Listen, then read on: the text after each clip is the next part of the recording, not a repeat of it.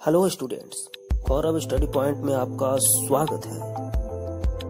अगर आप हमारे चैनल पर नए हैं तो चैनल को सब्सक्राइब करें, बेल आइकन को ऑल करें और वीडियो पूरे एंड तक देखें।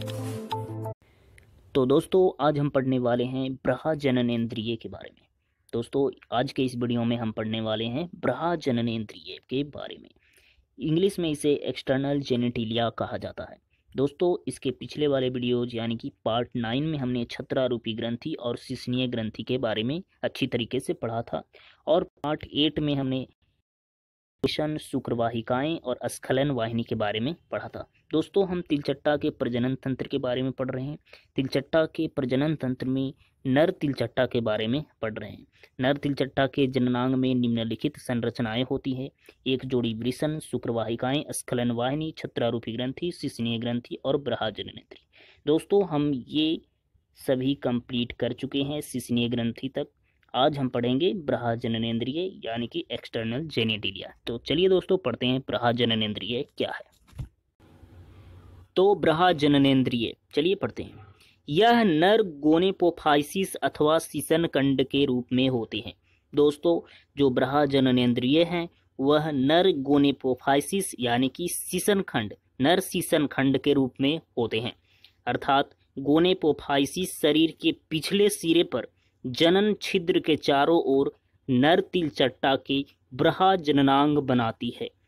समझ में आया दोस्तों? जो गोनेपोफाइसिस जो है यानी कि सीसन खंड, वह शरीर के पिछले सिरे पर जनन छिद्र के चारों ओर नर तिलचट्टा के ब्रहा जननांग बनाती है। सीसन खंड क्या करती है? ब्रहा जननांग बनाती है। तो समझ में आया दोस्तों? सीसन खंड को गोनेपोफाइसिस भी कहते हैं। दोस्तों इसको नर गोनेपोफाइसिस के अतिरिक्त फैलोमियर्स भी कहते हैं, यानी कि सीसन खंड को फैलोमियर्स या गोनेपोफाइसिस भी कहा जाता है। तो याद रखिएगा, इसे गोनेपोफाइसिस के अतिरिक्त फैलोमियर्स भी कहते हैं। सीसन खंड यानी कि फैलोमियर्स असममित होते हैं तथा काइटिन के बने होते हैं। सीसन खंड काइटिन के बने होते हैं, याद रखिएगा। सीसन खंड संख्या में 3 होते हैं। पहला दाया सीसन खंड, दूसरा बाया सीसन खंड और तीसरा अधर सीसन खंड। तो याद रखिएगा सीसन खंड संख्या में 3 होते हैं।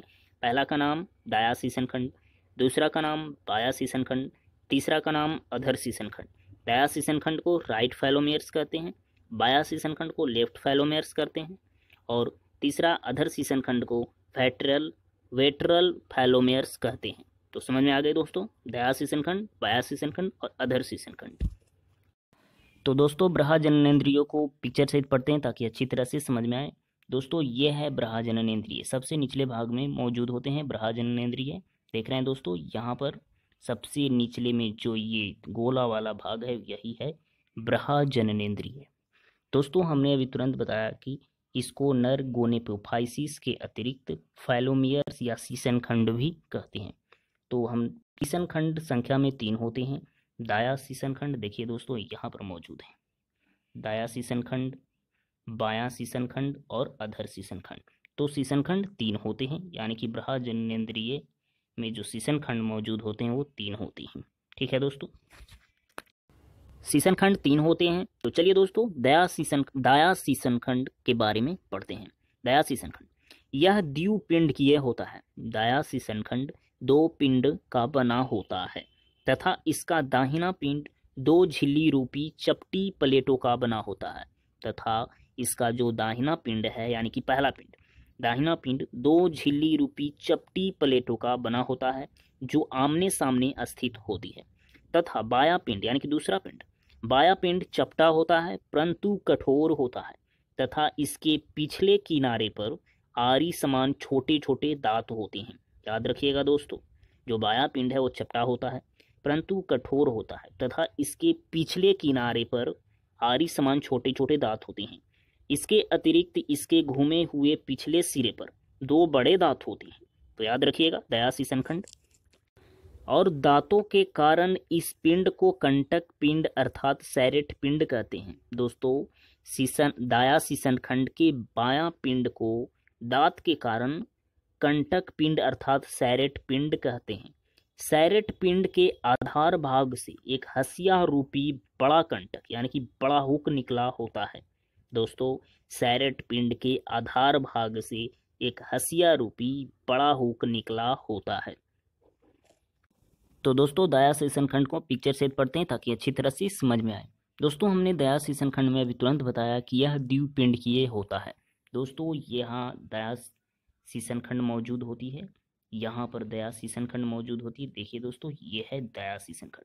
इसको हम बड़ा करके ऐसा प्राप्त होता है। देखिए, ऐसा दयाशीसन खंड होती है। दोस्तों, बृहद जननेंद्रिय में जो दयाशीसन खंड है, शीशन खंड है, दयाशीसन खंड, ये ऐसी होती है। अच्छी तरीके से देख लीजिए, यहाँ पर मौजूद होती है दयाशीसन खंड।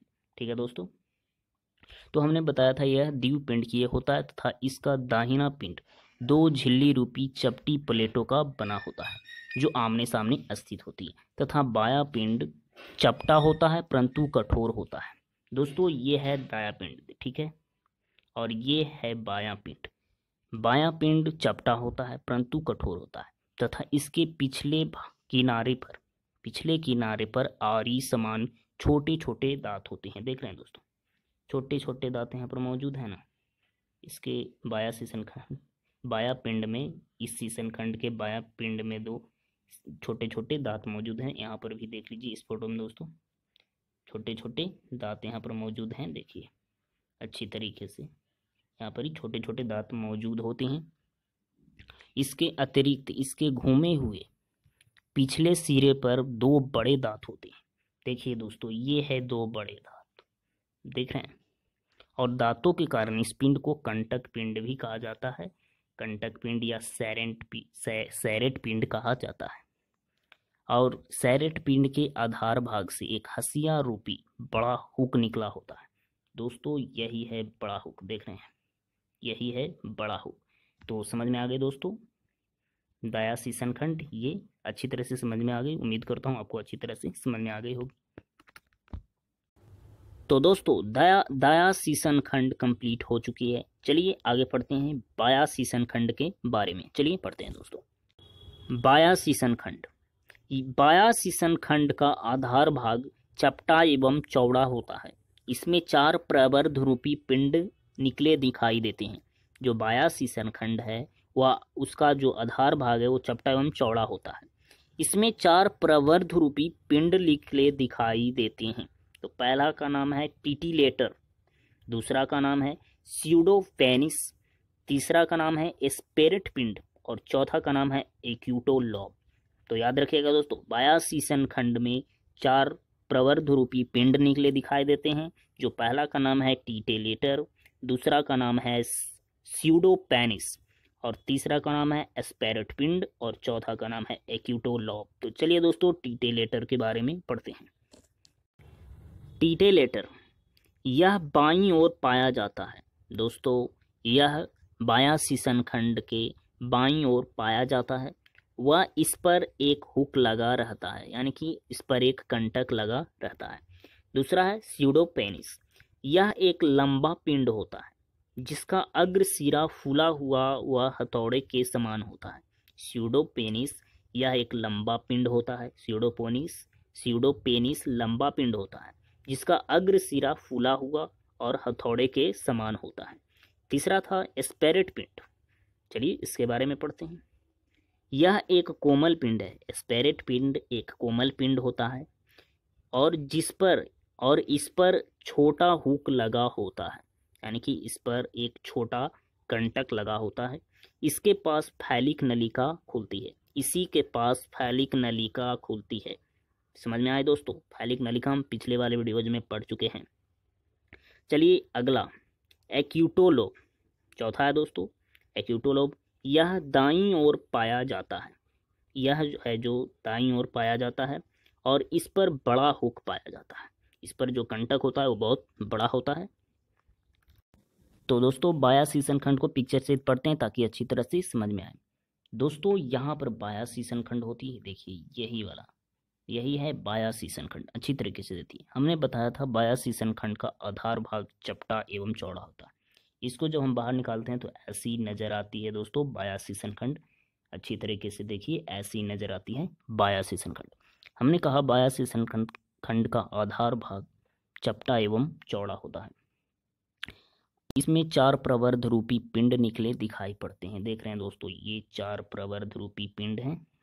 अच्छी तरीके से देखिए, पहला का नाम है टीटेलेटर, हमने अभी तुरंत बताया था टीटेलेटर। देखिए दोस्तों, ये है टीटेलेटर।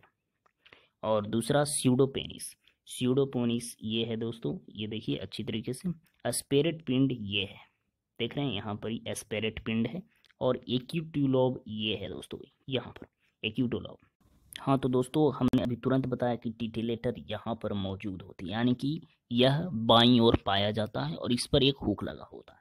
टीटेलेटर बाईं ओर पाया जाता है और इस पर एक हुक लगा रहता है। दूसरा था स्यूडोपेनिस, यह एक लंबा पिंड होता है। देख रहे हैं दोस्तों, अभी तुरंत बताया था कि यह है स्यूडोपोनिस। स्यूडोपेनिस लंबा पिंड होता है तथा इसका अग्र सिरा फूला हुआ तथा हथौड़े के समान होता है। देख रहे हैं दोस्तों, ये है हथौड़े के समान होता है इसका, तो स्यूडोपोनिस हथौड़े के समान होता है। और ये है एस्पेरेट पिंड, हमने अभी तुरंत बताया एस्पेरेंट पिंड। यह एक कोमल पिंड है और इस पर एक छोटा हुक लगा होता है। देख रहे हैं दोस्तों, ये है छोटा हुक। देखिए ये जो थोड़ा सा है वही है छोटा हुक। इसके पास फैलिक नलिका खुलती है। देखिए दोस्तों, इसमें ये जो है यही है एस्पेरेट पिंड, इस पर फैलिक नलिका खुल रही है। देख रहे हैं दोस्तों। और दोस्तों एक्यूटोलोब ये है दोस्तों, एक्यूटोलोब यह दाईं ओर पाया जाता है और इस पर एक बड़ा हुक पाया जाता है। तो समझ में आ गए दोस्तों। तो दोस्तों, बाह्य शीर्षण खंड भी कंप्लीट हो चुकी है। चलिए आगे पढ़ते हैं अधर शीर्षण खंड के बारे में। अधर शीर्षण खंड चलिए पढ़ते हैं। अधर शीर्षण खंड या अधर फेलोमियर, यह एक भूरे रंग की चपटी प्लेट के रूप में होता है। दोस्तों, अधर शीर्षण खंड भूरे रंग की चपटी प्लेट के रूप में होता है। यह दाया शीर्षण खंड के ठीक नीचे स्थित होता है। दोस्तों, अधर शीर्षण खंड दाया शीर्षण खंड के ठीक नीचे स्थित होता है। नर जनन छिद्र अधर शीर्षण खंड पर खुलता है। जो नर जनन छिद्र होता है वो अधर शीर्षण खंड पर ही खुलता है। ठीक है दोस्तों। तो दोस्तों, अधर शीर्षण खंड को हम पिक्चर से पढ़ते हैं ताकि अच्छी तरह से समझ में आए। दोस्तों, अधर शीर्षण खंड ये है, देखिए अच्छी तरीके से। अधर शीर्षण खंड ये वाला भाग जो है अधर शीर्षण खंड है। देख रहे हैं दोस्तों, रेड वाला भाग यही है अधर शीर्षण खंड। ठीक है दोस्तों, हमने बताया था यह एक भूरे रंग की चपटी प्लेट के रूप में होता है। यही है, चपटी प्लेट के रूप में होता है दोस्तों अधर शीर्षण खंड। यह दायां शीर्षण खंड के ठीक नीचे स्थित होता है। यह नर जनन छिद्र अधर शीर्षण खंड पर खुलता है।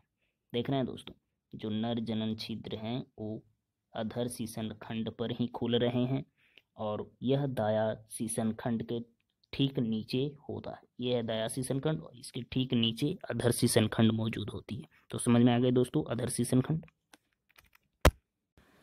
तो दोस्तों, अधर शीर्षण खंड भी कंप्लीट हो चुकी है। इसके साथ साथ ब्रहा जननेंद्रिय भी कंप्लीट हो चुकी है। एक्सटर्नल जेनिटिलिया भी कंप्लीट हो चुकी है दोस्तों। इसके साथ साथ नर तिलचट्टा के जननांग भी कंप्लीट हो गई। अगले वीडियोज में हम मादा तिलचट्टा के जननांग के बारे में पढ़ेंगे। तो वीडियो अच्छा लगा हो तो लाइक कीजिए, दोस्तों में शेयर कीजिए और हमारे चैनल को अभी तक सब्सक्राइब नहीं किए तो हमारे चैनल को सब्सक्राइब जरूर कर लीजिए। और अगर आपको कुछ भी पूछना है तो कमेंट कीजिए। मिलते हैं दोस्तों अगले वीडियोज में।